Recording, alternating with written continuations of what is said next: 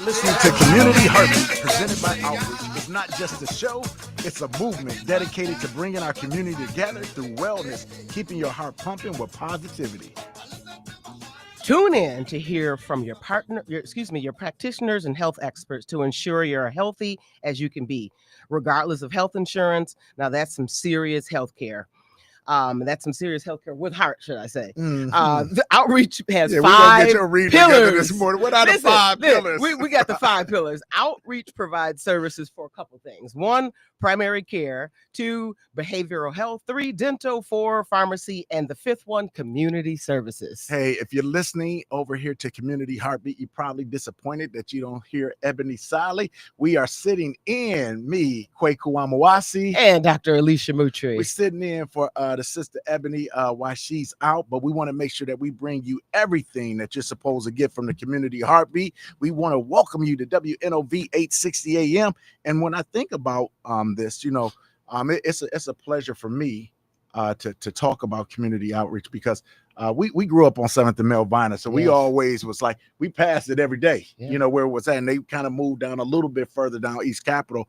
But when I think about them, I think about everything that they bring to the community. And so when we talk about the National Association of Community Health Centers, it was founded in 1971 to champion community health centers and delivering affordable, effective, comprehensive primary care that is community driven and improves health for all. So when we think about that, we always talk about these social determinants that determine everything in life. Yeah. And so when I see there's a place who cares about us, some of the people who may be in more vulnerable positions, who may not have all of the insurance, or who might not have people who look like them or who care for them, to be able to have a place where you say, you know what, this is a safe place in the community that we can do a resource. Over at Milwaukee Health and Human Services, they have a saying, and it was repeated with WellPoint Care Network. They were saying there's no wrong door. Right. And what I love about a place, when you got those 5 pillars, no matter what you need, wherever you come, like if we can't service you, we can get you to the right place. And I'm thinking about what you talked about. You gave that visual of us growing up off of 7th and Melvina, passing by it.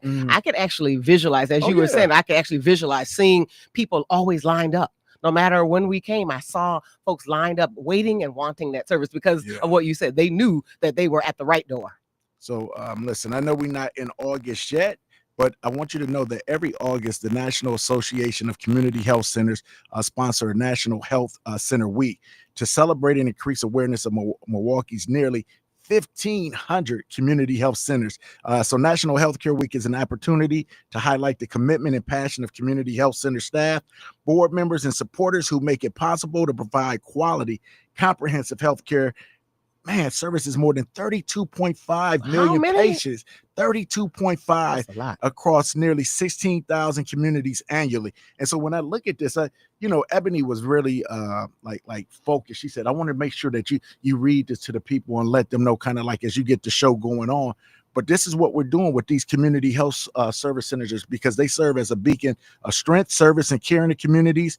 And then in the moments of pain and loss, they offer support and love. In moments of triumph, they offer hope and a vision for the future. This year's National Health Center Week theme focuses on empowering communities by connecting them with health centers and elected officials, bringing everybody together from all levels of government to celebrate the uniqueness of your community, to get to know those dedicated to lasting partnerships. So take advantage of innovative ways for community healthcare centers, because they provide high quality care, improve health outcomes, and narrow challenges in our communities. So you hear all of that and you say, okay, well, you read all that, but what that really mean to me? Well, this is the beautiful thing, because they talk about this week, but on August 9th, they say, hey, come join us, because what we just read on there, they got something live and in action. So from 10 to 3 at 220 West Capitol Drive, we told you just down Capitol, it's free and open to the public, and there are vendor opportunities available. You can go to OCHC-Milwaukee or milw.org/community health fair. And that's all one word, community health fair. Right? Read that again for me. Yeah. So the where you can find it at is OCHC. Oh my goodness. OCHC. Listen. I'm sorry, Ebony. I'm an afternoon person, not a quite morning. But let me try it. We're gonna get it. Okay. So OCHC milw.org/community health fair, one word. You know what?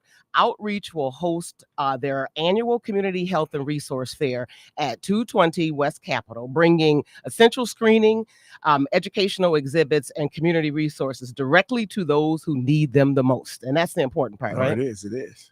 Keep going. Yeah, you know what? So when you think about it, the fair emphasizes inclusivity, reaching out to all community members, not just some, but all of them, Yes. especially those that are facing healthcare access barriers. And that's a really important one because a lot of people, we want to have healthcare, but those a lot, and that's why people are dying. People are sick, and diseases they go even further than where they are because of longer than they have to, not even knowing that it's help.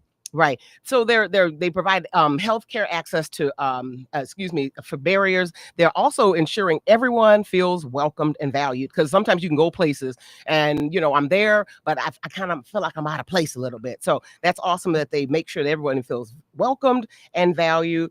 Experience the power of collaboration as Outreach Community Health Center partners with organizations, community groups, and volunteers to provide comprehensive services. So we talk about that and you say, well, why should I go? Well, you heard all those things, but listen, they're going to have fresh produce giveaways. So you think about like something you can take home immediately, because it's August 9th. You know what that means? It's back to school time. So what? This is another time to get a free backpack for your child with school supply, but the child must be present. The child must be present. Well, can I just go with that whole fresh produce giveaway? Yes. I love that. I don't know if you're eating healthy, it takes you to go to the grocery store on a regular to get that fresh that fresh produce, right? You can't just buy that and let it last for 2 and 3 weeks. That's why I think a lot of people buy all these kind of like processed foods because they last so long. So I'm telling you, you got this opportunity to get some fresh produce. I say make sure you go to that. They're also giving away free book bags and school supplies, right? Yep. So again, I know I'm going there, but I'm about to go here again because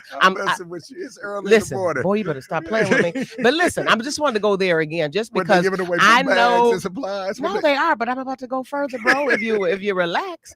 So what I wanted to go, I talked about the produce and how important that was. I was give away book bags and then supplies. I don't know, are they? Let me check. But anyway, what happens is at the beginning of the school year, these parents get this long list. Yeah. That's where I was going, bro. Yeah. They give this. You ain't gonna get that whole list of these supplies. You're gonna get some. You're gonna get somebody, but you're not gonna get the whole list. But my point was that you get that list, and we looked at that list and was like, who's paying for this list, right? The school's not paying, but they give you the list to say this is what the students need. So in that book bag, school supplies will be provided. Again, it may not be that entire list, but guess what? You're gonna get some support in giving just that. The other thing that I'm actually excited about with the event is the blood pressure screenings, the glucose screening, and then the medical consultation. So sometimes you just don't have the time to get to a doctor, but at least you can get some initial thoughts about what's happening. You hear all of this serious stuff and you're like, oh, but it's the community. Yeah. But so what else they got? They got live music. And you know what I love? I love raffles. Oh, because that means even more free stuff, giveaways and everything like that. I'm always like this. It is. You want that. You feel like a winner. Everybody want to win the lottery. So that's like a mini lottery and everything really like that. Is. But really, a lot of the things that they have are things that's very useful and beneficial that you get. Sometimes stuff you might not would have bought for yourself, but when it's put into your hands, like, I'll take that. Oh, yeah. And then another thing that I want to just go in personally, being a woman, I think about how sometimes we could have a fair and they can just focus on all kind of things. But this one is really narrowed in, and they're going to be talking about women's wellness, because that's different than everybody. It's different than the pediatric, the children is different than the male, but we're talking about really focusing in on women's wellness. Yeah, no. When I think about that, it's like, obviously I can't speak to it like as you can, but just from the outside, looking at all of the things that women have to deal with that we don't have to deal with, things that we know and that we don't even know. It's like, I never knew. Like, it's funny, like, well, as you get older, and I know this early in the morning, but like when women would pop that bra off when they get home, like I didn't understand like what the whole purpose of that was. Or like, look, or how I'm right now glowing in the studio. This ain't natural glow. I'm having a little hot flash right now. So no, it's just like little things like that. Like, Jermaine, I work with athletes. So, all of the time we talking about this. But we had a thing where like we were talking about women's health specifically with athletes. And it was like, how many times do you talk to your athletes to see about their menstruation? And I was like, I had been doing this for a minute. I was like, I had to humble myself. I said, I've never talked to a girl or woman Mhm. about her period, about her menstruation period during the season, like how that affects you. How can Absolutely. we get And you're stuff praying that together? it don't happen because it seems like it always happens at the awkward time. And So I'm about to do this race, and of course, it starts that morning. but no, you think about with basketball or volleyball, what color are your home uniforms? Yeah. Oh, wait, absolutely. So it's all of these different things. I'm gonna go further, and I know this is getting deep, but I'm just saying when that time comes, We didn't I know got we the gonna white. talk about I'm bras and sorry, periods right? You this didn't know we was morning. gonna get into all that. Good But morning, Milwaukee. but thinking about it, like it is like you wearing white because it's the home game. So Yeah. then I'm thinking about the products that Yeah. I need to make sure I do double up on, and I got to ensure No. that I don't have that accident that you're envisioning right now. You see, I love boxing, and I'm just a Mhm. little bit off. But there's this boxer named Errol Spence, and he was real good, but he got into this real bad car accident. Yeah. And so when he was in this car accident, he lost all his teeth. Oh. So he had to have surgery, he had to put partials in, and so he was in this fight, Oh Lord. and he got hit, and he looked down. And then the guy saw him looking down, so he hit him, and he went into the ropes. He recovered and everything. So the people was afterwards. It was like, man, was you hurt? What happened? We see the thing. He said, I gotta be honest with you. He said, man, he hit me. I thought my teeth fell out my mouth, and he was looking down for his teeth. So what I'm saying is like now going back to the women with sports, you say I'm worried about stuff that ain't got nothing to do with sports, but now we bring that all the way back to here. We say, what are the things that women are going with that's unique? Remember the design clothes we used to wear, the FUBU, for us, by us. Yes. I think it's certain things with the women wellness where you say, hey, we need a corner for us, by us, because there's some things that you talk about general health, it doesn't really fit our needs. Absolutely. No, I love that as well. And the last one I would say, just with that, even thinking about mammograms. Yeah. How are you taking care? Are you doing those checks? Yeah. You're talking about all these personal Hey, things, men right? can get breast cancer too. You know what? You're absolutely right. You're absolutely right. right. Had breast cancer. Right, but men don't have to go and do mammograms. No, we on a don't do regular. the. But you're absolutely right. But again, just emphasizing some of the things. But you're right. No. Men do have to deal with that. No. That's it. So what else is going on there? Well, they got a children's activity area, Oh, yeah. so that means you got some place for the children, and I love it because you always know it's going to be some kind of bounce house, some kind of face painting, some type of coloring, all of the things to keep the children actively engaged. And can I say something? Yeah. What I love about that, if I can talk about that, because I have to get permission. It Okay. seems like from you. Yeah, It seems like you're waking up now. So I am. permission. And I'm hot too. I'm having a hot give away flash. book bags and supplies I in the think book so. bags. I can't stand you. Well, sometimes I can. No. Well, anyway, I was just gonna go with the children's You heard play that, area. mama. You heard that, Did mama. you hear about the children's activities area? But no, what I wanted to say with that one is what I love about that one is that, like you talked about, the bounce house, the activities to get them going, because this is the summertime, and we know that sometimes we give the children a little bit too much screen time. So I want you to come out to the fair because it's gonna get the kids active. That's so crazy because like back when. Like I know you you're a little remember? older than me, but There you go. that was See, no, honestly. Remember you be out from Ken to Kane. Tell them street lights came That on. was the rule. You was active, you was moving, you was riding your bike, you exercise not even knowing you exercising. You wasn't thinking. You never about even no knew what the day was going to all of hold. the We just go out and see what I happens. think about like when I used to see the girls play double dutch and yes, jump. indeed. I didn't realize how much effort that was Yeah. as far as like stamina and Yeah. whatnot like that. What about just a game of hopscotch? Yeah, you talk about building your core. And everything absolutely. like One that. leg, And then, stability, balance. and man, I know you used to hoop too, so you be on the playground. I used You to hoop too. all. You ain't Don't hoop be like that. sexist. You wasn't that Clemens. I still get it in. Oh, you do. Yeah. What you got? You get on the court just a little Oh bit. yeah, man. I But still you ain't ball. getting out there like when you was 12. Oh, no, it's going from over. up and down on the It's not- you said don't go that far. Nah, it's over. Now we just do a couple of shots. I do all that in my head. Good job. But Good no, job. you're right, because you start talking about video games, you start talking That about being phone. on the phone and stuff like that, where it's almost like foreign Movies. to be outside. Yeah. And when we look at all of our children, like we talk about like Mm. the diabetes Come on. rate, we talk about all of these different disorders that we never had to deal with, obesity and things of that nature. We want to make sure we give our children a good start from the start, so they're gonna have time to play.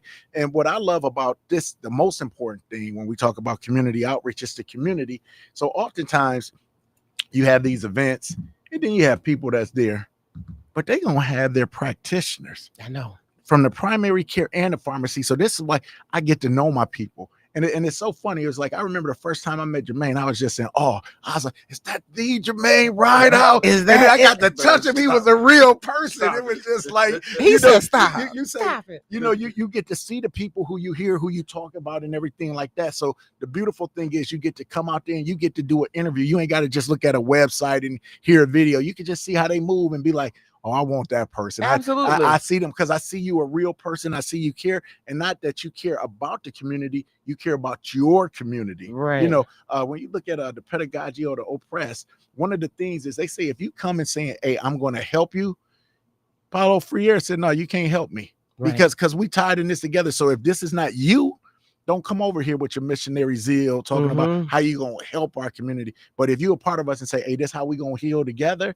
And you know, when you start thinking about Milwaukee at this time, it's a lot of things that we talk about, man, negative that's going on. You look and you see, but it's so many positive things going on. If you look on your social media threads, you're gonna get better coverage than you get on the news. Yeah. But you know, I see Brother Gat Turner doing just peace walks where they just out on 9th and Burleigh where they did the new Muhammad Mosque #3, and they just going out walking, collecting people. Aziz Abdullah, who's with Empower, he had Brother Ambrose and Coach Mike. They was outside, and Brother Ali came in, and they just was bringing people in.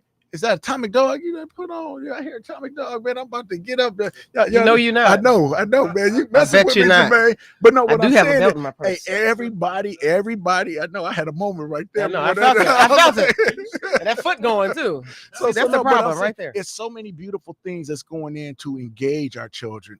So it's like, make sure not only don't wait till August 9th, but make sure that all of these activities, and a lot of them are free. Yeah. You know, it's like just people coming out doing so many different things. You know, I got to give a shout out. He's my cousin, but I love him, you know, so I don't do it just because my cousin. But Manon Sabir is back with the Juice Kitchen Yes, up off indeed. of 25th and North Avenue, and you just go in there and you just get a burst of love. You know, you get you talk about like eating the fresh produce, you think about drinking the fresh fruits, getting everything in. And what I'm thinking about community outreach, this is the vibes they're giving me because they are part of the community. So all of these things that we start talking about with the community, you say, hey, this is stuff that we want to be doing on a regular basis. There are going to be so many book bag giveaways. There are going to be so many educational fairs. There's going to be so many things out there to help empower people. Make sure you're taking advantage of these resources. Well, there was just a couple things on the list I want to make sure we cover as well. But I wanted to backtrack, even though you give me a hard time. But the whole and I know, are they going to get backpacks? No, they are. But I was just talking. I wanted to go back to that meet the practitioner component. I don't want to go off. I wanted to come back to that because I want you to just understand that that's a relationship. When you have a practitioner, your primary or even your pharmacy person, that should be a relationship. So sometimes you get somebody and you don't vibe with them, you don't feel it, and we stick with that person. I really love this idea that you get a chance to meet the person because you can sometimes you just get it. I don't even know somebody, but I just get this feel like you get the vibe, and I kind of like I feel like that person, like I'm in good hands and we're gonna work together. So this whole thing about meeting the practitioner is really important because there needs to be some type of relationship when you come to that. And then also it talks about that the fair that you're going to learn more about the impactful collaborations and with the two areas with the Medical College of Wisconsin and then the CH Mason Health Clinic. So I thought those were two things we wanted to make sure we added in. And you got to talk about that because when they talk about bringing in local government officials and everything, I think what's beautiful about that is because that's August 9th, but on the July 25th show, the topic is going to be health and wellness plus. Here it is, Jermaine. What's that? Changes in Medicaid. Oh boy. And so now when we start to talk about that, we know that big, beautiful bill that Trump has, you know, kind of went into everybody, people thinking about, hey, what's really going to be the effect of this? Well, you probably won't start to feel it till like 2027 because it takes a while for it to come in. But when these things come, we got to know already, since we got a little time to be prepared. We got to say, what are going to be some of the changes? How is this going to affect me? How is this going to affect my family? Especially as we start to think about aging parents. We think about bringing children into this world. We're talking about children aging out of insurance and things of that nature. You got to say, hey, where do I fit right now? And where do I fit later? And what I love about outreach and with Ebony, what she does, I think a good job. I know she comes on every other Friday, is bringing in the different people, like where you can meet the practitioners from there, but then really talking about issues that are so very important. And they talk to them so matter of fact, where you listen to them and you saying, hey, these are people I want to go to. It's like when I think about WNOV, it's like I almost get mad at them because the program is so good. You know, I want to listen to Michelle Bryan in the morning. Then I want to listen to Keith Paris. I'm listening to Debo when I should be doing my yard work, man, answering whatever question of the day that he got. I'm listening to Ross. I ain't never listened to so much reggae in my life, and because of him. What about the blues too? You know, that's what he's known for. That's the blues is what comes. I didn't know we had that part in common, but yeah. Yeah. So no, but when I think about that, I think about that's what outreach is, like what WNOV is to the community with the radio stations. You know, you talk about Pastor Piles coming on Sunday. It's just like whatever you want. Then you got national people with Tavis and Sharpton and whatnot. So you get a local and you get that when they start talking about doing work with Medical College of Wisconsin. Yes. That's one of those like secret gems that you have in your backyard. You know, I do some work with them. In fact, they're going to be on the show next Wednesday on Nayumbu Penda. We got some people from Medical College talking about some of the things they're doing in the community. And when we start talking about like community outreach, like what do they do? It's like they bring in not only the local but the national resources to make sure that everybody in our community, and not those who are the most privileged, but those who are the most vulnerable, and they bring it to you in a manner in which is real, which is consistent. It's not patronizing, it's not missionary. It's like, this is us for us. I love that. So I know we're coming up on a break pretty soon. So what I want to do is I want to get us ready, because on the second part, man, we got, you know, at how they do at community outreach, they got the people coming in. And not only do they have people coming in, but we got people from the board. Not only do we got board members, but we got the board chair. So when we come back, we're going to talk about Sister Carla Cross. We're going to talk about Brother Glenn Mathews, Dr. Glenn Mathews in the house. They're going to be coming in on the second hour. So when we come in, I just want you to know, I apologize that the regular host is not here. Ebony, we give you your props though. Yes, but we're indeed. going to do our best in what we can do for the community heartbeat. You're listening to the Community Heartbeat on WNOV 860 AM, 106.5 FM. We'll see you on the other side.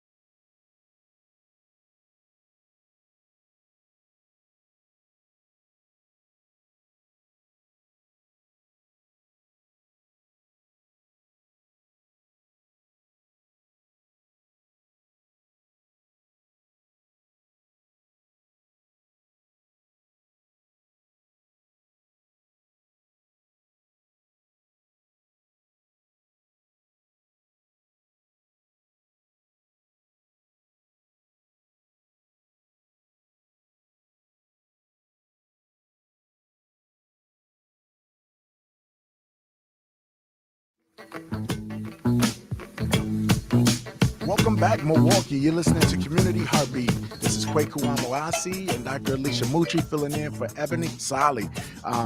Man, you know what? We had talked about, all of the great things that's done at community outreach at the Community Health Center.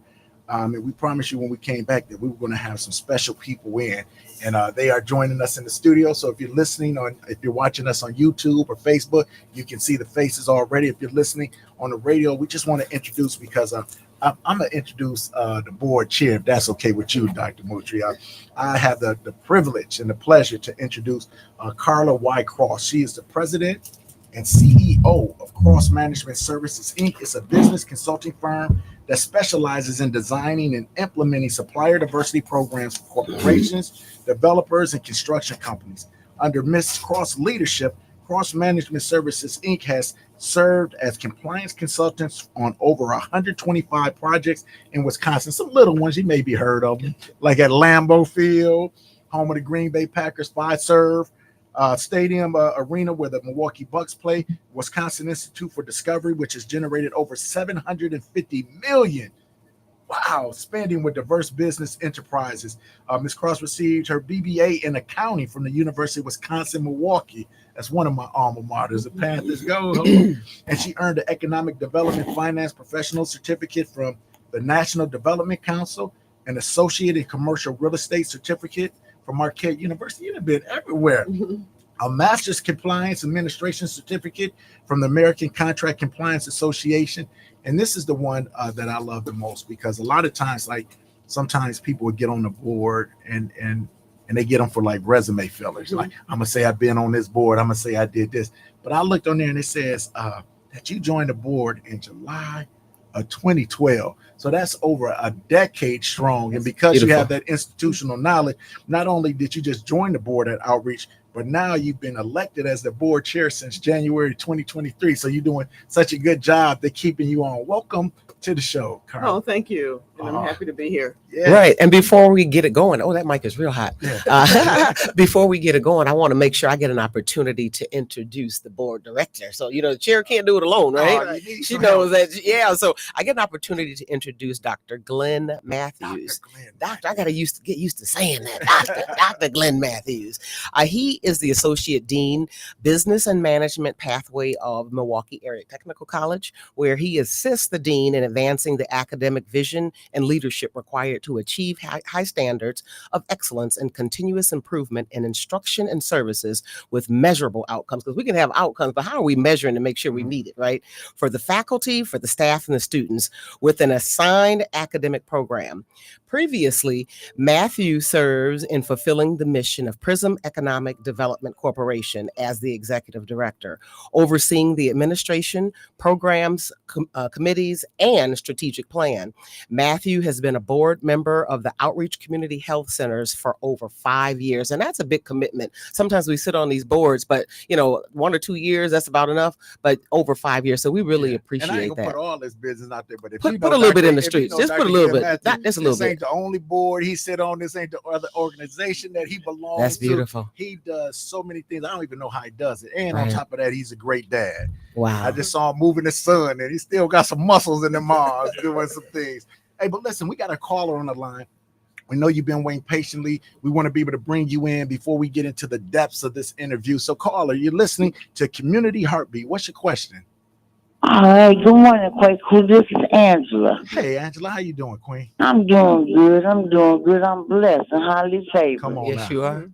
Yes, ma'am. Good morning, Miss Alicia. Good morning, beautiful woman. Yes, ma'am. I'm just calling in like I do every day and to give my shout out to all y'all and say good morning. That's so sweet. And y'all have a blessed day. And good, I know Miss Ebony ain't there, but that's my girl. Good morning, Miss Ebony. Yeah. And to everybody in Outreach and Miss Michelle. Come on. Mr. D-Boy and my favorite, Mr. Ride Out. Yeah, we can't do it without Jermaine and Darren. You know what I'm saying? Hey, Ride Out. I'm sure, he missed it. See, he done missed his shout out. Because he would have been blushing. We appreciate you, Angela. Okay, sir. Y'all have a blessed day. Okay, you too. Thank you. All right. Yes, ma'am. And I think that's a beautiful Isn't that segment, because nice? like when Angela called in, what you hear is like the community. Like I know the people who there's like this is my place, and let me just call in and let you know I'm listening. Committed. Did you hear commitment in that call too? Wow. And it's Made me like smile. it's like I get jealous of Mr. Debo and Jermaine, because they get to be with the people every day on every show. So it's like these are the people who become a part of your community. Yeah. They are your heartbeat. But when we talk about like community outreach specifically, and we talk about all of this thing, we got a whole bunch of questions, but I'm gonna start with a different one, because I think this is the biggest one. I want to know, Ms. Carla, why are you a patient at OCHC? Because that means a lot. Right. So I originally became a patient during the recession. So after 2008, I didn't have health insurance. So I started going there. And then I did later on join the board. But I continue to be a patient because of the kind of care I receive from the doctors that are there, the fact that it's convenient to my house, so it's easy to get to. And also they have the pharmacy on site, so it provides all the services that I need. If I have to be if I have to be referred out, then I'm referred to like the Freighter for certain kinds of x-rays or other kind of work. But I'm really happy with the care that I get there, and the pharmacy is the main thing because it is so close. No, and I think that's one of the biggest things. I always look at like people who belong to something. Then I say, okay, do you belong to this? Do your children belong to this? Because that's the endorsement. I look at Brother Mathews, and we grew up in this league called Beckham Stapleton, and it was like one of just you two. Here you go with that sexy stuff again. I forgot Dr. Bucci. Dr. Bucci was the star of the team. I played before you, bro. You was. Thank you. She was knocking people out. She was knocking the catchers out. Look, I was a big girl back then. You know how the women, we grow faster than boys, so I was always taller and bigger than the guys. So my daddy would say, "Pumpkin, slide in, run that little catcher over." Bam. Okay, I'm sorry. I'm back. I'm sorry. You got me in my feelings. But as we started to talk about, like believing in the organization that you belong to, I think that's so important, because when you start talking about and just the realness, like you said, I remember when 2008, 2009 came. I had just bought a house in 2006, and I was like, "Oh, this house is going up in value." 2009, it went 60 below, and I was like, "What is this?" And you start thinking about all of the other stuff and the hard times that come in. And to be honest, we look at these changes that's coming within the Medicaid. It could be some things that's coming. So as people listen, you say, "Oh, I don't need that right now." Well, you might need it. So I always like to help something before, and if I need it, it's there. When you start to think about like the services you got, and then they said, "Hey, we want you to be on the board." Why was it important for you to say, "You know what? I not only do I want to be a patient here, but I want to be able to help this institution"? Well, I think back then the board chair was Warner, and he asked me to join the board. So my background was accounting. He said they needed assistance in that area. So that's one of the reasons I sort of joined the board, to sort of get involved in the organization, figure out where some of the problems may be, how can we strengthen it financially. So I think we've been able to do that over the years I've been on the board. No, go ahead. I was gonna jump to Dr. Mathews real quick. So you talked a bit about serving. You've been on the board for over 5 years. I want to know, as I heard Kweku talk about it, that you sit on a lot of different boards. I'm just curious, what originally inspired you to get involved with this organization? Sure. Similar to Carla, I've been a patient over 25 years. I can confidently say that, because it was 2 years before my son was born. Okay, so it was 25 years. So, and almost similar with Warner Jackson. Me being a patient there. Dr. Tucker was my physician. Oh, yeah, I know, everybody knows Dr. Tucker. See, that's the thing. That's the community. When you hear a name and you like that, these are people. Yeah, and he was the one that actually got me going for my doctorate degree too. So really, rest his soul, right? Yes. So, and he was mentioning, then him and Warner got together and was like, "Yeah, you need to get on the board here and help. You seem to enjoy coming here and talking to the people." And I love that was one of the reasons why I got on that board, which prompted me to get off a couple other boards because priorities, right? Because I was going to ask you, like, what is like the time commitment like? Because sometimes people hear, "Oh, I'm a board member," and you say, "Well, let me go into the question," because this is one that Ebony had put down specifically. She was like, "During your tenure, how has OCHC met its mission, promoting health and wellness to all individuals that we serve, and the vision, and we'll take them one by one. Striving to be your trusted community health center by offering quality, integrated care and services that address the social determinants of health. So just going back to that mission, though, promoting health and wellness to all individuals you serve. Well, I guess the one thing is we have really good physicians that really provide great service to the patients and our customers that come in. So that's one thing. I think for us on the board, it's very important, and we provide really good leadership. So the leadership team is not only encouraging the staff that's there, because we're providing community services as well as medical care. And we also are the only healthcare for the homeless. There's 2 in the state. So we're one of the 2 in the state. So we have staff that really go out and work with the homeless population. And then we also work with, because of behavioral health, people with mental or behavioral issues, trying to support them becoming better citizens and being able to, deal with some of the issues that they're having.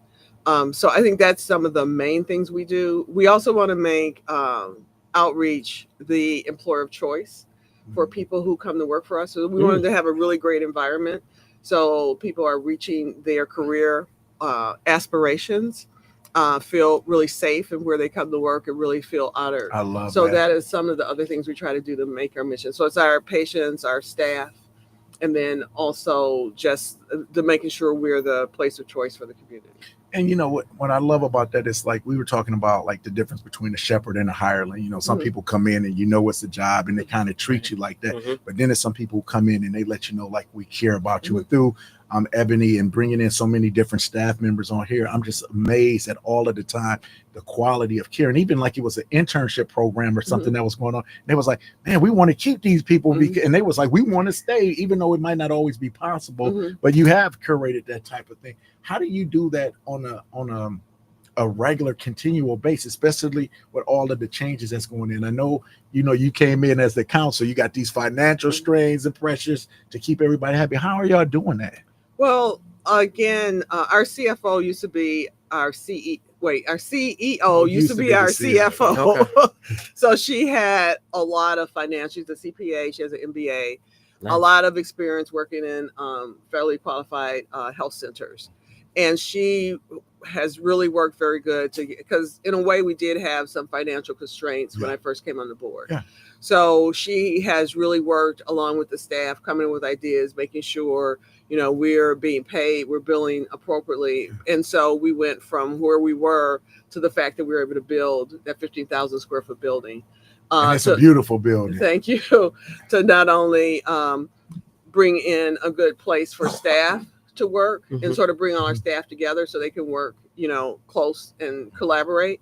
But also we've been at the position where we've been able to reward our staff sometime with bonuses during the holiday. So, getting the financial health in the organization really gives you the ability to grow and to come up with strategies to make sure you're doing a better job serving the community. So when I look at an organization, I can talk about a business organization or a school district. I do a lot of needs assessments with organizations, again, businesses, education areas.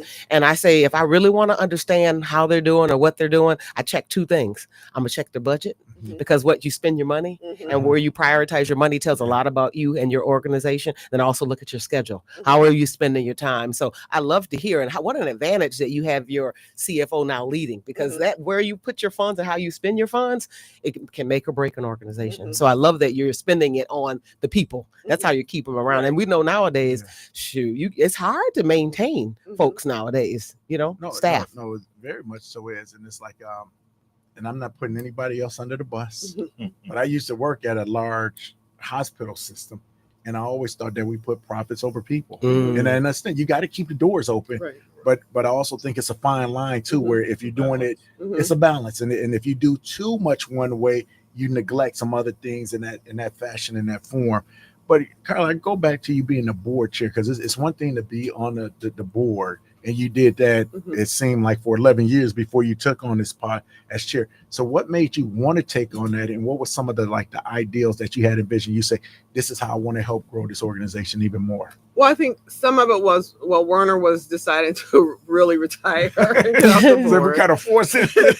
But the other was because I was very involved with the development of the building. So I wanted to continue that through. That's the old bank, right? When that the bank is the old part, but the new construction. Right. So the whole new construction and making sure our finance was tight, working with the team. So I worked very closely with the CFO, CEO, the construction company. We had an owner's rep, the bank, our attorneys, getting that through. So that's some of the things that help lead that charge. And now it's really just the integration and making sure we're working very closely together. The other thing that's happened, which has really been good in the community, is our relationship with the medical college. Yeah. So we have residents, right? We have residents that are there that are getting training, but they're also expanded our ability to serve the community. So we can see more patients. Also dental, we brought dental in. So we provide dental services. That's so important. Too. Right. So that's all a part of, like you said, understanding so people have really good health, because dental, sometimes people don't think of dental as being serious. Right.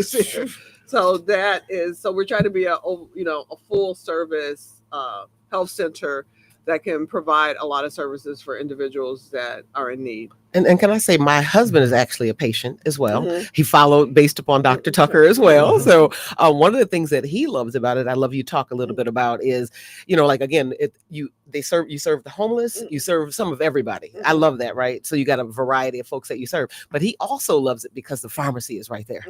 Right. Before he, when he's finished an appointment, go right to the pharmacy and it's there. Talk about how important it was to have that as a part of your service as well. Oh, that is very important. Not only because we are FQHC and we can buy pharmaceutical supplies and drugs at a reduced price, and I'm not sure what the whole tax code or the code language is, but that also makes it more affordable for our patients to be able to get their prescriptions filled. But it is very convenient, because even for me, I can just go downstairs, get things, go online, because they use my charts. And that's the one thing about my charts, everybody uses, so it's all integrated. Yes. And so I can go to my charts, ask my prescription to be filled. They use text messages, so they'll text me to say it's ready and you can come pick it up. So it's just very, very convenient and affordable. So I can like testify to this. Right. Rodney and I are on we have two prescriptions that are the same. I look at what I pay for versus what he pays for. And when I say it's double, I'm not exaggerating. Right. No, I mean, I think that's one of the things you talk about being QFHC. Most people don't understand like the amount of paperwork and the rigor you got to go through to get that. So to do that, that means you've been vetted at the highest levels, and they say that you are so legitimate and credentialed that we can trust you with this right now. And I guess you start talking about building. Why was it so important for you to keep, like, sometimes when people build and expand, they take it to a different area and whatnot like that. Why was it so important for you to kind of stay close to the original home base, and to keep it like just in the center of the community? Well, mainly because it is where our patients see us. They come and see us. We want to be there. We don't want to really move away. And it's also our location. One of the things of having FQACs, you're located in a particular neighborhood. So that's why that was important.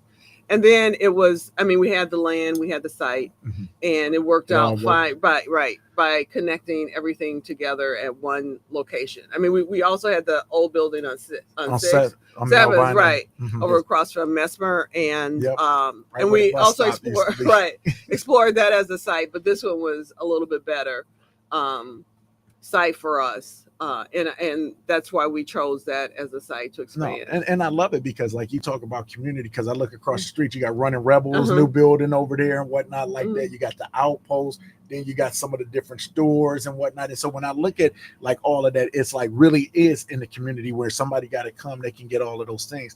Now I know I'm probably going to put some more weight on you right now. You said we just built this building, but what new innovative things do you got coming down the pipe? I know as a visionary, you're saying, okay, we got this is beautiful, but we want to do A, B, and C in the future. Well, the one thing is just exploring our relationship with the medical college. So is there ways we can expand that? So they have, a pharmacy school too. So we have been working with some of their people in pharmacy to maybe bring some pharmacy interns in to work in our pharmacy. Mm. So right now we pretty much just have residents from the medical college and people who really want to work in the communities. Mhm. So that part is good. The other thing is just working with our staff to come up with strategies to help the organization not only grow, but grow in a way so we are, again, serving our patients, looking at some of the issues when you talk about the social determinants of health that we may need to be a part of helping solve some of those issues. Working with the medical college because they also do research. So can we be part of some of the research trials that they may be doing and gathering information? So that's the one thing I want to see us do. Behavioral health is an issue throughout the community. I think we've got to the point where our wait list is gone or was gone for a period of time. So, and then how do we expand that? Is there a way we can provide more behavioral health services to people in the community, especially in the schools? Because our dental program goes into the schools. If there's another way we can do that, because I think that's a great need that everyone sees. And I think COVID just did not help it. I think it made it worse, especially for kids. And so that's an area we like to expand. I don't want to be as bold, but I'm gonna be as bold and volunteer Dr. Moutry because she does so much in the schools. I'm sure she's gonna be willing to help out on that. And then since her husband is so involved, we're gonna just put You're gonna put the whole family in. No, and I say that jokingly because if there's anything I can do with the mental health side, honestly, I want to be a friend to the center in any way I can help. I'm offering those services right now. So I mean that sincerely because I love what you all are doing. I think even like with the medical college, one of my beefs and this is Kweku, not nobody else said it. I've worked with them because I worked at Children's Hospital and I've seen it be a behemoth and sometimes not treat the community in ways in which I wanted. We would call them educational vampires or academic vampires, where they come in, get our information, steal it, then go back and do their thing and kind of leave us on the out. Got so much to say, but we got to take a break. A break is coming up. That went fast, didn't it? You're listening to WNO. You're on WNOB 860 AM. Ebony is not here, but the heartbeat is. We'll be back with Carla and Glenn. We'll see you in a little bit.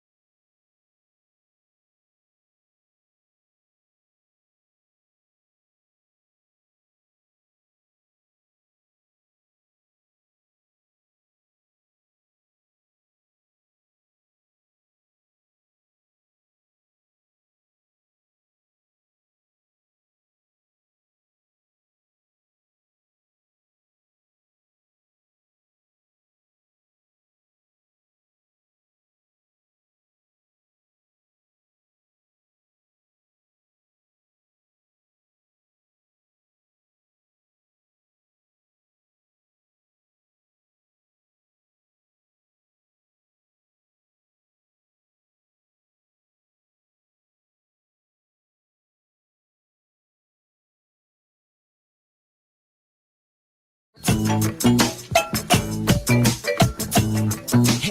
you're listening to the Community Heartbeat on 860 WNOV. We're filling in for Ebony. I'm with Dr. Kweku and myself, Dr.Alisia Moutry.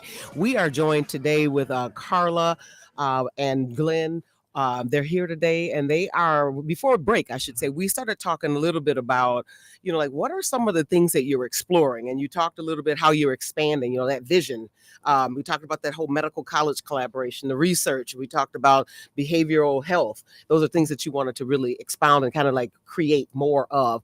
I'm going to take from Mitch. We had a call the other week. We talked about, sometimes we want to talk about all the shiny apples, and we really want you to dig into what's actually some of the things that are happening like within that apple. Sometimes you can bite in and it's not as where we want it to be. So I want you to think about now, what are some of those things that you're saying, because we talked about a lot of great things, but what are some of those things that you're in need of? What are some other areas that you're struggling right now as well?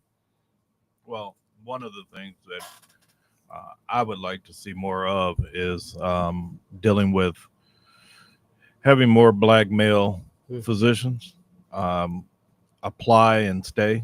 The applying is one thing, but staying, we need more Black male physicians. I'm spoiled because I had Dr. Tucker and then Dr. Withers. Yep. And both are gone. So just to have those, and I think it's important if Black males come into the health center and they see someone like them that can understand them more. I'm smiling because you said, Dr. Tucker, but Dr. Withers, I don't know if you remember, he worked with my granddad right before he died. He was a younger doctor at the time. And I remember, I was like, you got a young brother that's doing it. So when you said he left, it reminded me of him. But then that he left, it makes me sad. Right. So, newer opportunities or opportunities elsewhere. But we have to make, the city has to be a little bit more welcoming to Black male physicians as well. So that's one of the, once we get them in the door, I'm sure they'll stay because of the staff, the leadership that we have at Outreach. But we need them in the door. We need them to apply. We need them to look at the city of Milwaukee to be a destination for physicians. Yeah, that was really important for Rodney. He was not going to the doctor the way he should, and he was looking for a Black male doctor. And it took a while. I actually ended up finding Dr. Tucker for him, and he rode with Dr. Tucker and Dr. Withers up until the wheels fell off, right? He literally, and so I know sometimes as a Black male, you do want, because there's certain things that you just connect to, and that he connected me to Dr. Tucker, and then when my insurance changed, I couldn't see him anymore, so that messed me up. But when I think about that, I think about just Milwaukee in general, because sometimes we blame institutions, but we understand where Milwaukee, sits, unfortunately. A lot of times when they talk about rankings being one of the worst places to raise a Black child, we talk about social determinants from cradle to the grave. Like we always are ranking so low on there. And that's one of the things that we can do to improve it. And I guess I asked you this, Brother Gillian, because you have such a wealth of resources, like from your past. Like I look at your curriculum vitae and I said, man, he's done all these things. So how has all of these rich resources of things that you've done in your past make you an exceptional board member and allow you to be able to do some things, to be creative, innovative, to be able to help the institution? That's a good question. That's Ebony. I don't want to take credit, but that's Ebony. I'll get Ebony on that one. Just the relationships that I've had. I mean, Carla and I have known each other for a long time through urban economic development and stuff like that. So we've had a connection over the years, and just being in the right place at the right time. Majority of the folks on the board at the time, I've had relationships with as well. That's important to have a board that has that cohesion and unity. So that's in a nutshell. That's pretty much it. Just having those relationships, and always I hate to say visionary, but looking forward. What else can we do? How can we improve? If something is going wrong, how can we fix it? If something's going great, how can we fix it? Yeah. Right. So there's always how do you improve yourself? And that's one of the things that I tended to always do, and just look. I never say devil's advocate. No, we never want to be a friend. Who wants to be a friend of that? Never. I just give you a different perspective, a different viewpoint. We want to give a challenge and whatnot. but being respectful of everyone as well. So never cutting down anyone. But hey, have we looked at this? Have we looked at this before we make a decision on anything? No, and so when like I think about that, can you tell me? Obviously, like when we see a new building, that's one of the big shiny things and accomplishments people can see. What are some of the other things that you talk about the kind of merging relationship with the Medical College of Wisconsin? What are some of the other smaller things, especially like being there since 2013, 5 years, that you say, hey, we've done this, and I don't know if people see because this is not big and shiny, but we've done A, B, C, all the way to double Z. Well, I think the main thing that we added also was a dental program and to go into schools. So Ooh. that is Yeah, one of you the main talked things we about do. that. So doing sealants on students' teeth. That is big. Yeah, so that's major. Elementary, high school. What are you? It's I'm just mainly, I curious. think, elementary schools Elementary. and middle. Yeah, Oh, I elementary love schools. that. So we're doing that with our partnership with Ascension. So that is one of the main things that we're doing. We also are working with other groups that maybe provide healthcare. So, for example, we just expanded to CM Mason Yeah. at mhm. Holy Redeemer. So that's another site. We talked about that because Right, they're going to be mhm. at your community wellness. Right. Mhm. So that's one of the things that we look at. Is there a way we can expand to sometime get closer to people within the community because they can't travel to our location here on Capitol? Okay. So can we find another place where we're closer to them and can provide the services that they need? I'm curious. How are schools chosen for this? You see, I'm still stuck there. I'm all about the kids and the babies. I'm sorry. That's a passion of mine. So you talk about going into the schools, doing the sealants on teeth. You do elementary school typically, or whatever Right. you do. But I'm curious if we got a lot of educators listening as well. How could somebody get involved in that?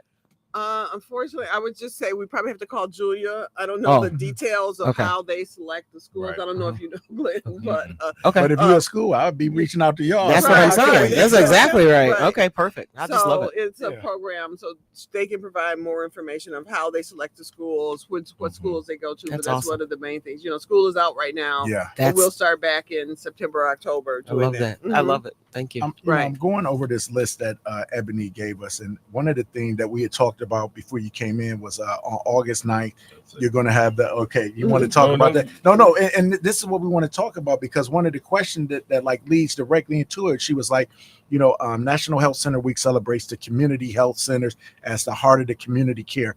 And then the question was, what do you think sets outreach apart as a community-based organization?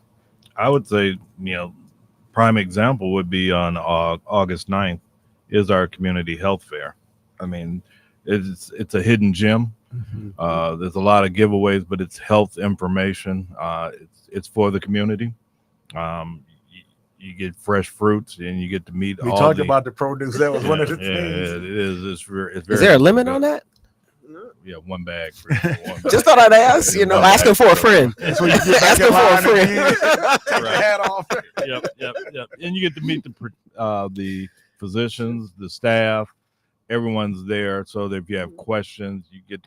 If you're doing the teledoc thing, so now you get to see the person in person. Oh, that is so I love important, because I meet with a lot of people virtually, and then when you meet face to face for the first time, it's like you like, it's supposed to be this distance between the patient and the doctor, but it's like it's just so beautiful. So I love that you give them that chance to do that. How far with the telehealth do you get a chance to reach with some of the people? Because somebody's listening saying, I can't get there. I live maybe within the listening area, WNOV, but not in Milwaukee. How far can they come out from? Ooh, that's a good question. I'm not too sure. That's another question we'll be asking at the board meeting. Right. About how far it expands. No, because I just love the telehealth, because one of the things we talk about barriers is like sometimes, like, even if I live close, but I don't live close enough, or especially with the weather, how it could be, just to have that alternative, so I don't have to cancel, Right. but I could come in. So no, I love that you have all of these different resources. I think when I start to think about places like this, now the question becomes, what, we're doing this for a while, we're going good, and then a hiccup happens or something like that. How are you prepared for those hurdles and things that come in? Like, what contingency plans do you have by looking? Like, I know we can't predict what's going to happen with the Medicaid from the big beautiful bill, and things like that. Not just that, but all of those things. Like, what are the things that you said we can kind of see these things as potential hurdles, and these are the contingencies we have just in case? I think, one of the things we do want to have is a really good assessment on what the impact of the Medicare cuts Yeah. are going to have. But earlier, I think in the year or last year, when the sort of expansion that Badger Care had because of COVID Yeah. ended, we did an assessment of how many patients we may lose because of that. Yeah. So, and then for those patients that may lose health care, we also got them to come in and try to sign up for Affordable Care Act care. So, so we do have our staff really looks at those kind of things, and we challenge them to do that, to make sure we're not caught, flat-footed and something happens. Yeah. So one of the things, as we get more information about the bill and we start looking at our patients, because Medicare is, I'm getting Medicaid, right? I always get Medicare or Medicaid. Medicare is seniors, Medicaid is the other. So Medicaid, we do want to do an assessment because that's a large part of the population that we see. And it may be one of the things where some of our community service workers and our people that help people sign up is very familiar with the changes, so they can inform people early on some of the things you may do so you may not lose your health care. It may not be as bad because there's always this thing about you have to be working. They want to change it to people making sure you're working. And as many people have said, a lot of people on Medicaid are working. They're sort of the working poor. Yeah. So we may not have that many people that will lose coverage, but we still will provide services for them. So we still are, we provide service for people even if you don't have any kind of coverage. I love that. So that kind of goes into that equity question that Ebony had, providing people with what they need and how they need it. We know both in not only healthcare, but education as well. Equity is a critical issue. So the question that she mentioned is like, how do you see outreach work contributing to equity in Milwaukee even further? Yeah. That's for Dr. Glenn Mathews. Well, you see, our whole mission is built on equity and ensuring that all are taken care of, all are serviced. It's in our mission. It's in our fabric of what we do at our outreach. So that's the short answer to it all, is that's what we do.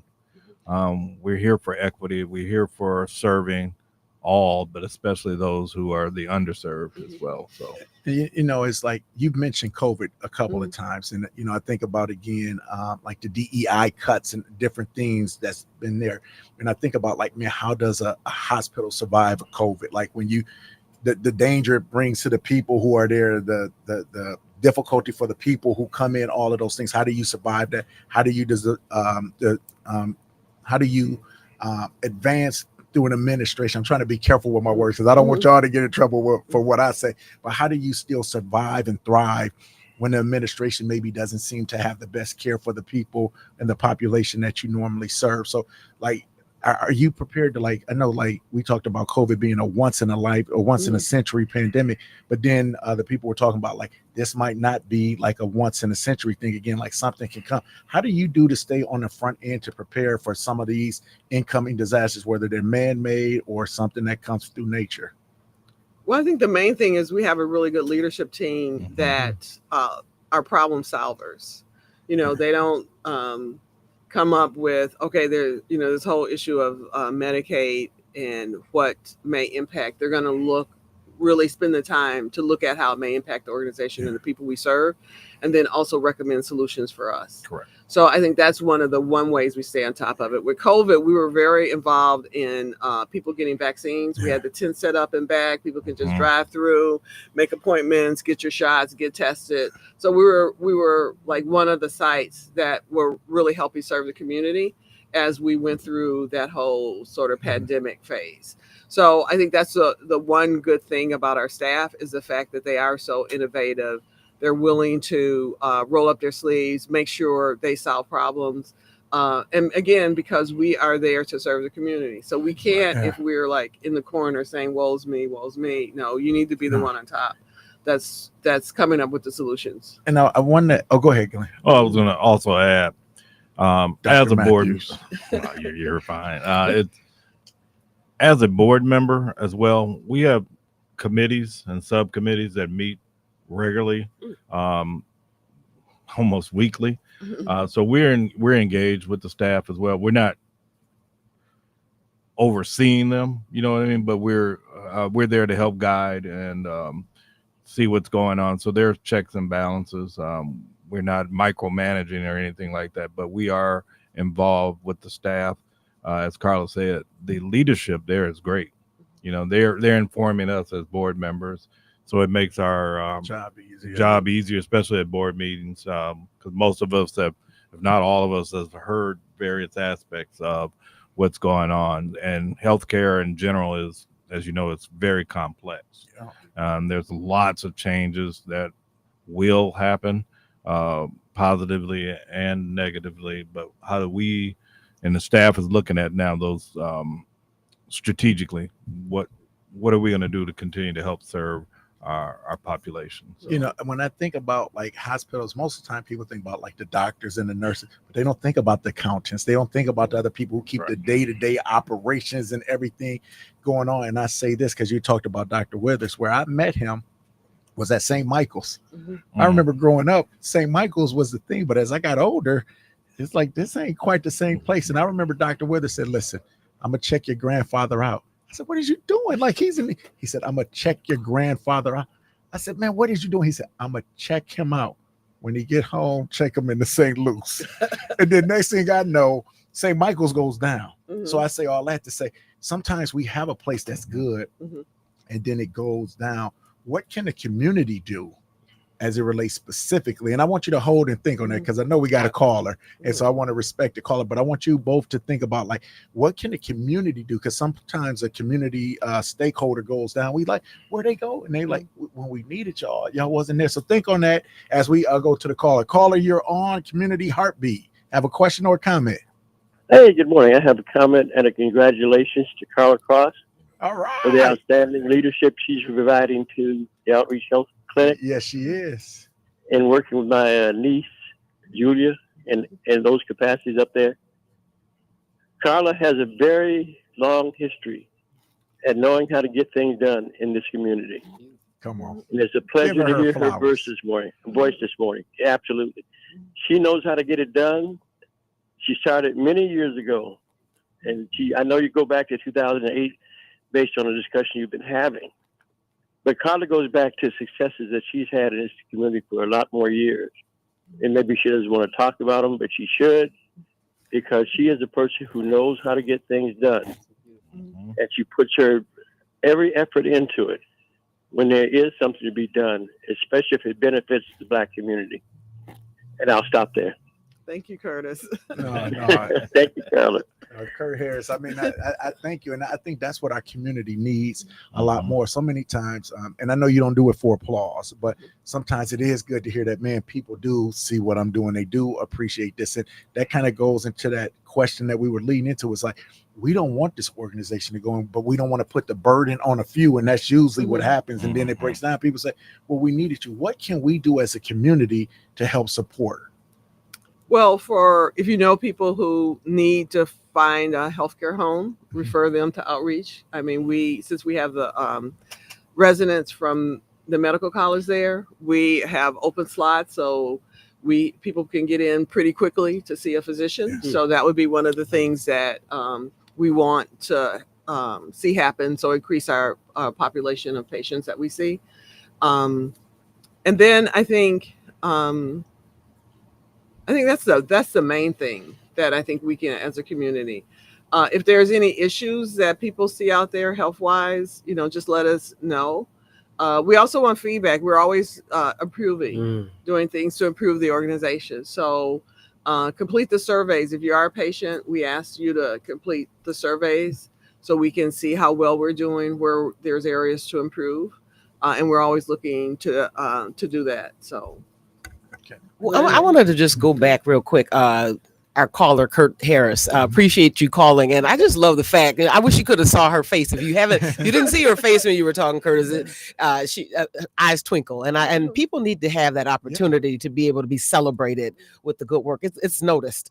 And so what I wanted to go into just a little bit, he said, if you want something to get done, she's the woman to get it done. Not just here, but it's been like many years of this work. So I'm just curious about it. Could you just drop a couple of nuggets to the audience about what are some components to make sure that you are getting the things done that you get done? I heard you mention feedback. So I already know that's if you had to, recommend one thing, seeking the feedback and acting upon it will be one thing as a way that you can get things done. Can you drop a couple of other things when you do work? What are at least a couple things that you do to ensure that you get the job done? I think one of the things I try to do is connect people with opportunities or with sort of my involvement in the community. So I'm also board chair of Employ Milwaukee. Oh, good Lord. So Employ Not a glutton Milwaukee. for punishment And at all. I'm on the board of the Metropolitan Milwaukee Association of Commerce. So then I connected Julia. I mean, not Julia, but Julie. So Julia and Julie with Dale. And so, because we're looking for new board members. So from that connection, we were able to get new board members, especially in the manufacturing area. That is what area we needed in Employ Milwaukee. So I think the one thing I try to do is connect people that I know. And I've had the privilege of, like knowing people throughout Milwaukee. I mean, from my involvement with the Next Door Foundation way back when. I used to go camping with them, man. So the people say something, take you back to. I actually saw your journey to go back there too. Because, like we couldn't afford camp, but it was through Next Door, and so just to know like the things that you've been a part of, like do so many great things. So I'm sorry, a connection, making that connection, that's awesome though. So it's always just to me connecting people. And that's another good thing about being Milwaukee. Milwaukee is small enough that it's easy to connect people, and then people are willing to help. So people are willing to give you 15 minutes. Right. And if there's a way that you can make that connection to help an organization grow or solve a problem or need, then if I'm in a position to do that, then I also do that. So, and I think one of the reasons I'm sort of helping people or they're able to do this is growing up. So our family is from Kosciuszko, Mississippi. Okay. And then my dad and all his brothers, own property and own land. And we were little, we had to pick cotton. So we went from this uncle's to this my grandmother's field to this field. So you were helping each other out. Yeah. So I think that's the whole thing of you always helped people. And we were very connected. We're still really close with families and cousins and things like that in Mississippi. We own land. We raise cattle in Mississippi now. So you got some chickens here? No, we don't have chickens. Nobody wants chickens. We just have cattle. And the good thing is beef prices are up. So you're doing pretty good. Your own. But I love the way you describe that though. So this is the way you were raised, and then you took advantage of what you had learned as a child and growing up to say this is what I'm going to do. But I want to make sure I let you know that that's not. You said it's easy. It's not easy because a lot of people can, but they won't. Yeah. And they don't. So I just commend you for not only seeing those natural connections, but making a step. That's how we know we got to do more. Because I love that you're the board chair, but you shouldn't have to be the board chair for more than one thing. It's like we got more than enough talent in this city to be able to do that. But so I do applaud you and thank you. But with that, it's one thing to be on the board, but then to be a chair, that's a double duty because you gotta you talk about linking all of the people. What are some of the secrets you do to keep your board connected to make sure, sometimes you go out and recruit people? How are you recruiting to not only to retain, but make sure that these are people who are really going to add to the board? Right. And are you looking for people? You're on the Glenn, are we looking for people? We are always actively looking for individuals. We are recently, and we're about to complete our assessment, like our needs for our board, where our holes are, because there are some requirements that are recommended for us to have on our board as being part of that whole national consortium. So yes, we are looking for individuals. No. You know what? When I think about that, it's just like it's such a beautiful thing because when I look at you too, it's like I heard Kurt say all of the things about you, and I've been joking with Glenn because I've known him since I was in high school. Glenn helped teach me how to drive. He would take me around looking for different stuff. Is that the problem? I mean, I'm sorry. His driving skills. Well, Okay, I'm listen, sorry. and she was the main teacher, so so go ahead and do that.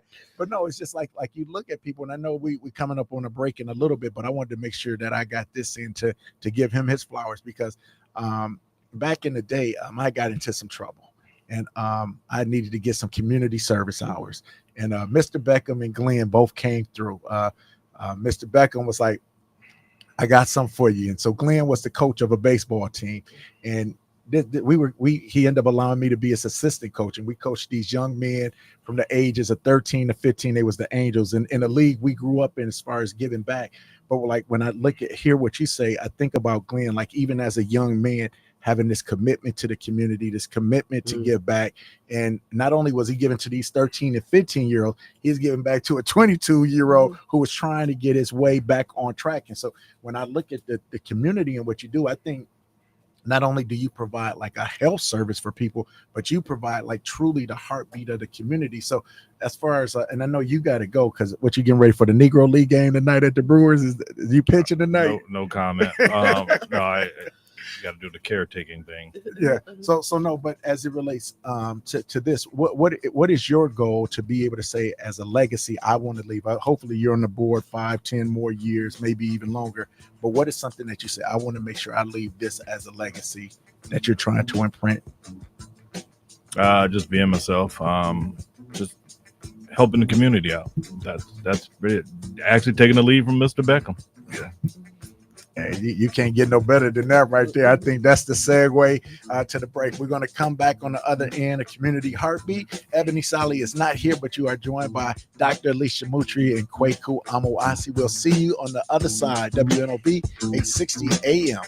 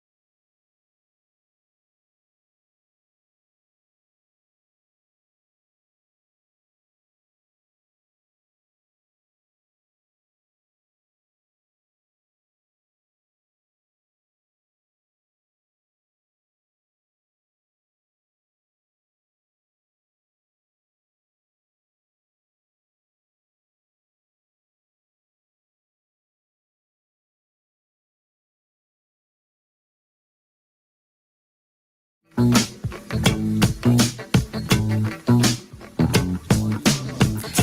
you are listening to the Community Heartbeat on 860 WNOV. We're subbing in for Ebony. Ebony, you've got, I was going to say Ebony, Sally. I mean, want to say the lovely Ebony Brown.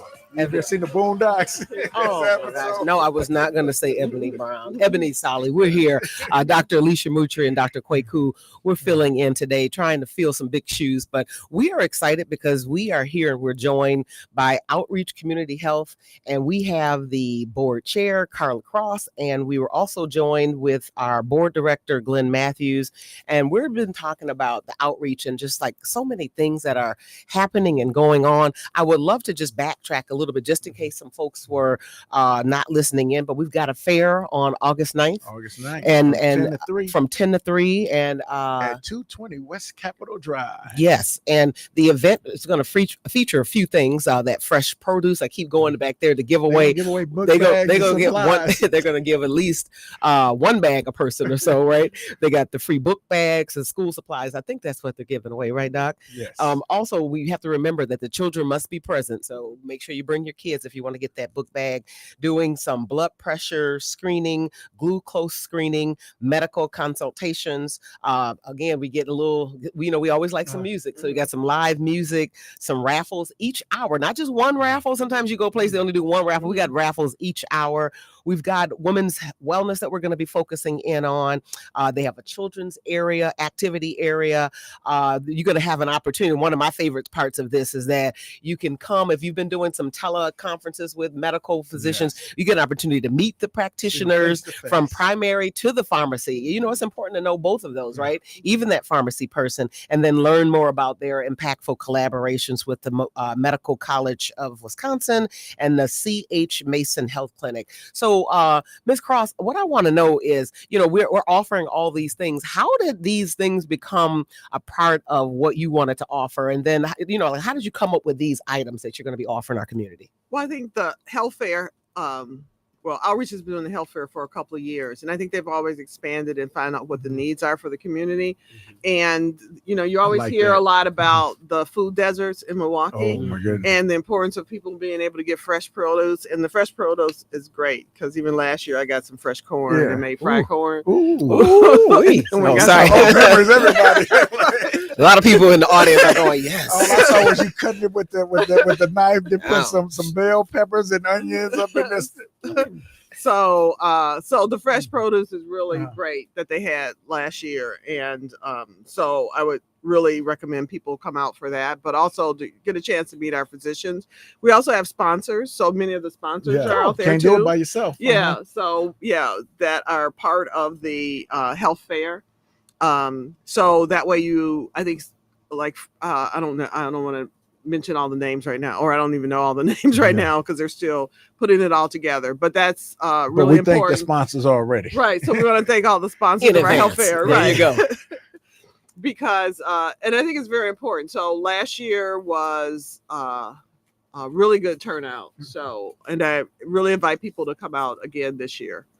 No, I love that because that when we talked about that, like just brings the community. So somebody like if let's say they come and they don't even know about it, but they see that they're able to start to make appointments there. I would imagine because they get to meet the people. Correct. How easy is it for somebody's listening and say, "Oh, I need to get this." How do we make an appointment? How do we get in? Pretty much just call our main number and make an appointment and ask to if you don't have a physician that's there. They will look at some of the residents because the residents are always supervised, with some of the instructors from the medical college. So I would just recommend that people call to make an appointment to be able to get in to see a doctor. And then don't wait because we have openings right now. So, and especially for young people that are involved in sports, they're going to need to get their physicals. So that may be one of the things they can call and make their appointments to have physicals taken for school. Okay, and just in case we have folks listening and want to have the information, so it's Outreach Community Health Centers, 220 West Capitol Drive, and that number, if you want to call, 414-727-6320. Again, that's 414-727-6320. Don't wait. Go ahead and make the call now while it's on your mind. Now I know as a board, you're not like directly in there every day and everything like that, but oftentimes, like when do you have like a signature event, like a fundraiser or anything like that to be able to bring in extra money, or is everything through state and federal? We've had a couple of fundraisers recently. So we had Dining with Docs, which Okay. is event at Benihana's, Oh, okay. where the doctors are actually the chefs. Stop it. Yeah, and that's really a fun event. And I like that because usually I Right. see that blue where they doing bartending, but this is a healthy event Mhm. that you all can do. So we've done that. We recently had diner detectives. So it's almost like a skit or Scavenger play. hunt. Oh, okay. But like somebody is murdered, and then Oh, you have to okay, a determine. whodunit. Yeah, it's like a Oh. whodunit. So we just recently had that about 2 weeks ago. You got to let me So, know right. the next time. I love those. So we're looking at a whole series of things that we can do as fundraisers for the organization. Oh, I love that. So and- when were these? Because I'm still stuck on this dining with the doctors. Uh-huh. Like, did that already happen? Is another Yeah. one happening soon, or how does so that that work? happened in March. Oh, that's so in March, there'll okay. be another one. The dinner detectives, that was just in June, Okay. like the 27th, 26th of June. Okay. I don't know if we have anything else planned this year, but the Dining with Docs is going to become an annual event. I love so it. we will No, make sure. I love that. Right. That, And so who got to because, come to that? Because I was like curious. I'm like, oh, if I would have known about that, I think I Doug would have was on it. there, so Really? See how that works, Uh-huh. Kweku? Trouble. Trouble. I would say, like, I know you're not there on a day-to-day basis, but sometimes when you do fundraisers, one of the things what we do is like, like these kind of testimonials that the people would do. Can you tell us about a time like, and I know obviously with HIPAA, we have to be careful with patient confidentiality information, but like a success story of a patient or somebody who's worked there and said, hey, this is what I've gotten from this. This is why this place is so important for us. I think Glenn was pretty much, and even your husband, give very great testimonials of being able to come there for years, and with Dr. Tucker and Dr. Withers, and so I think those are the main ones. I think the other thing we try to do is even our staff, because I told you how for me I want outreach to be an employer of choice for people. Miss Carla, But have you ever heard Don's testimonial? Don, he cooks. Don, I don't know what. Don Cohen. Don. He Oh, spoke to yeah. him needing this surgery, and Mhm. they couldn't get him in, and he couldn't get in to see a doctor, and subsequently ended up at outreach, and he actually says it saved his life. Right. Wow. So You see, that's the stuff that Thanks for people sharing need to that. hear. Yeah, it Mhm. is. right. Yeah, Don, who was on our board, Yeah. and he was having some issues and he couldn't get in, so he came there. And he talks about it quite a bit. I forgot about his story of coming to outreach, and a doctor there really looked at what he needed and what his issues were. I think his brother's a doctor too, and his Mhm. brother said this is the right way to go. Mm-hmm. So Don is very pleased. So he did have the surgery. I think he needed stents or something. Mhm. So his so Don did have the surgery and recovered. So Don is now with us as an employee. So he works in our fundraising and our development. Yeah. So because Don knows everybody in town too. So Right. But it's this is cool. what we were talking about though. Mhm. It's like I think one of the reasons why outreach can have the reach that they have is because the people are there not trying to help. It's like I've been helped. I'm a part of this. This means something to me. Mhm. So again, like when you talk about like the board and everybody that you have, was there a time where you said this wasn't really how it was, and we had to kind of shift to make sure that we got the people that we wanted, that really were invested in the community, that loved on the community? Well, I think, from a board standpoint, when we first came in, as I said, the organization had some financial constraints and some Yeah. issues, and, making changes and bringing in the right CFO. Yeah. Because doors can close overnight. Right. Doors, That's they right. can. They sure can. So, and that made a great impact on the organization, and helping us being able to grow, bringing in the right CEO at a point in time to help us sort of go through to get stable.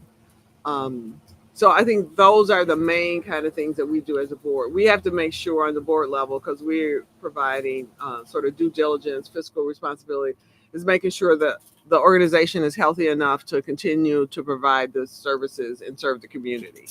And so that's one of the main things we do. And we have really good leadership. So our role is to hire the CEO. And you said the CEO was a former CFO, so right. kind of grow within somebody has a financial knowledge of Right. the institution that's running. No, that's beautiful. Right. And I also love that you talked about your board being so engaged, Mhm. where it's not like a top down, but you guys are walking alongside them. Correct. That makes a big difference. And we have people with certain expertise. So then as issues come up, or, because even we're healthcare, there's all these policies we need to have in place. So we have individuals with expertise in certain areas that can bring to the organization and ask the right questions for the staff and help them improve what they're doing, because it may be something they're not exposed to. And some of our members are employees or staff at some of the bigger hospitals. And so that way they're seeing it on a different level too, and they can bring in information to help us improve the organization. So that's what we look to. So you're talking about you had partnerships doing some things with Medical College of Wisconsin and Ascension. Is where, or do you have like the infrastructure to do the surgeries over there too, or do you? We don't do any surgeries or anything like that. Everybody's referred out. Okay. We also have, with Milwaukee County. So we are a contractor to Milwaukee County, and we provide a lot of services to.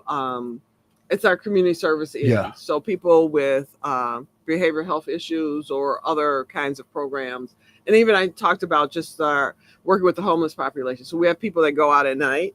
And work with the people who are homeless to try to get them in. We try to help people get people in the time try to get them in housing if possible.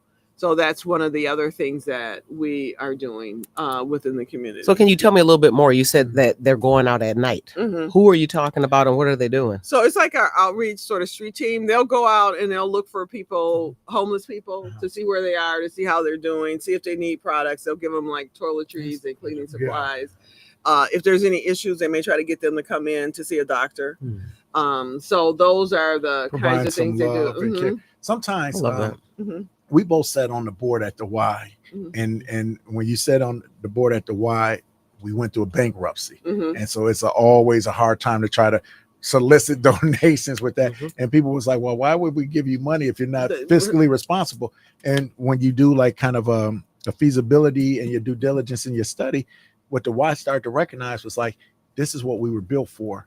But because we were so much to the community, we started to do silver sneakers. We started to do youth camps. We started to do this and this and this. And it spreaded us away from our original mission and vision. And though it was great, it just became unsustainable, specifically in the combination of the fiscal collapse. So I guess my question for you is, when we think about all of those things like that surround that, and we had kind of touched on it earlier, but what is the key for you to be able to make sure that as a CHC, because the community needs so much, that we're not stretching too much that we then collapse? So I guess the one thing is always first look to see if the service, if somebody comes to ask us to do something more, does it fit within our mission? And then is it something that we can provide for the cost that they want to fund it for? Because although most of our money is from contracts and governmental services, and we do have the money that we raise at our fundraisers is more discretionary.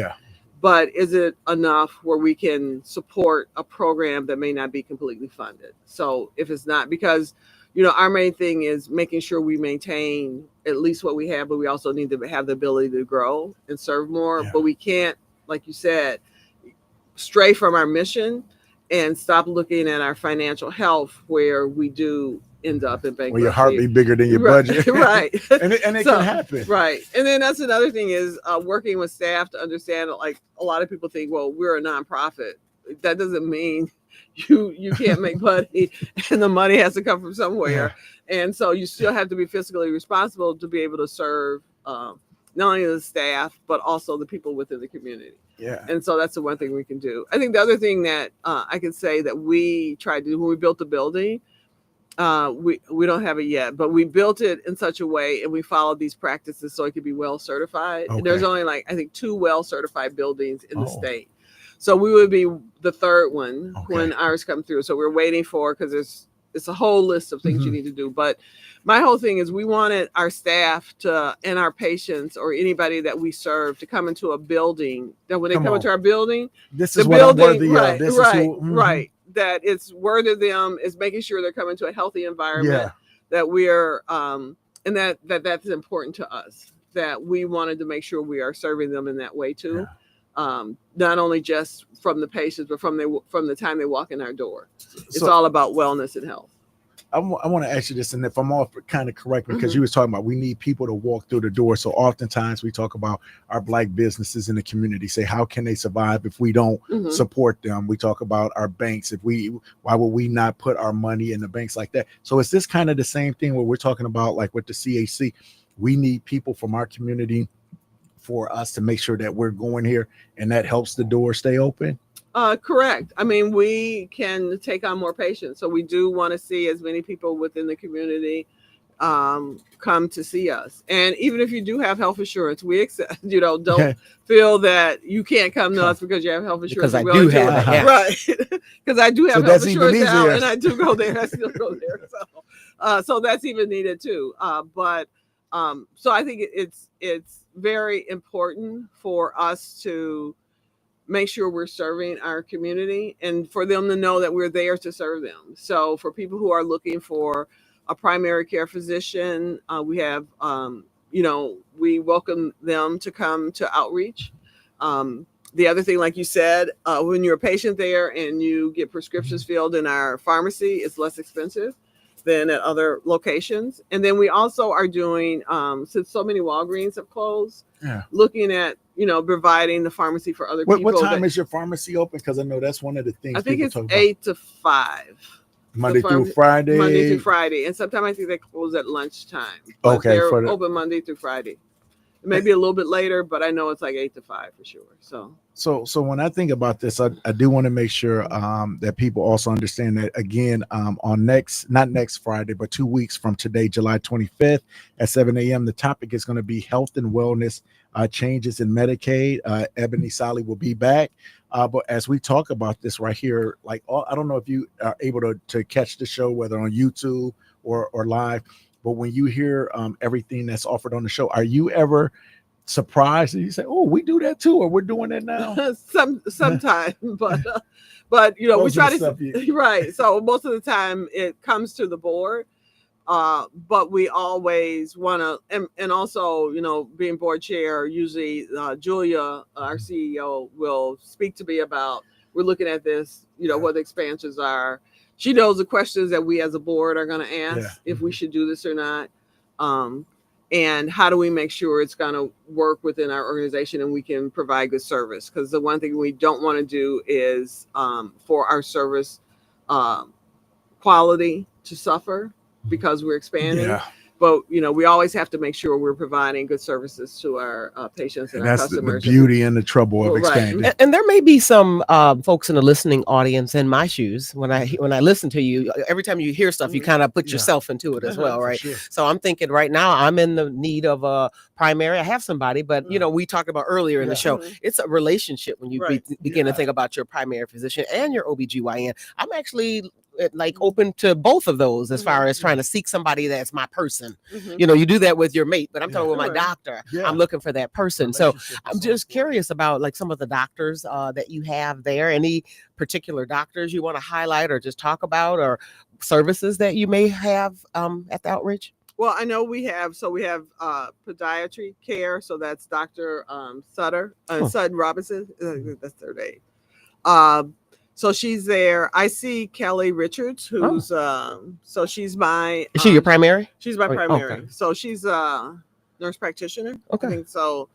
That's the main person I see, and I'm happy with the care and that she provides for me. And what was her name one more time? Kelly Richards. Okay, got it. Now I remember when Jermaine, you was talking on that show when Dr. Robinson came on, the podiatrist, right? And I remember listening to that show. And she was how we talk about dentistry and dental care, but she was talking about everything with that. And you were talking about solutions for the feet and whatnot, things that we don't even think about, like how we can help heal ourselves. And I think what I love about even having this radio outlet for that, it's let's say people don't go in, but it's a safe way for them to find some of them kind of home remedies where you say, oh, like sometimes, your grandmama, you talk about being from Kosciuszko, y'all got some remedies down there. And people be like, I don't know. And then you say, oh, they was just saying that. But then you go to a medical thing and you be like, oh, the medical field provides this. And it was like, we were already doing this, but it gives you a different thing. And I think that's what I love about everybody that I ever hear come on